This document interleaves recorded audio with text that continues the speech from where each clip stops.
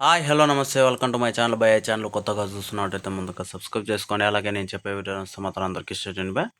అయితే ఈరోజు మన టాపిక్ వచ్చేసి మన సంక్రాంతికి వస్తున్నాం సినిమా 161 కోట్లు ఇప్పటివరకు గ్రాస్ అయితే వచ్చింది.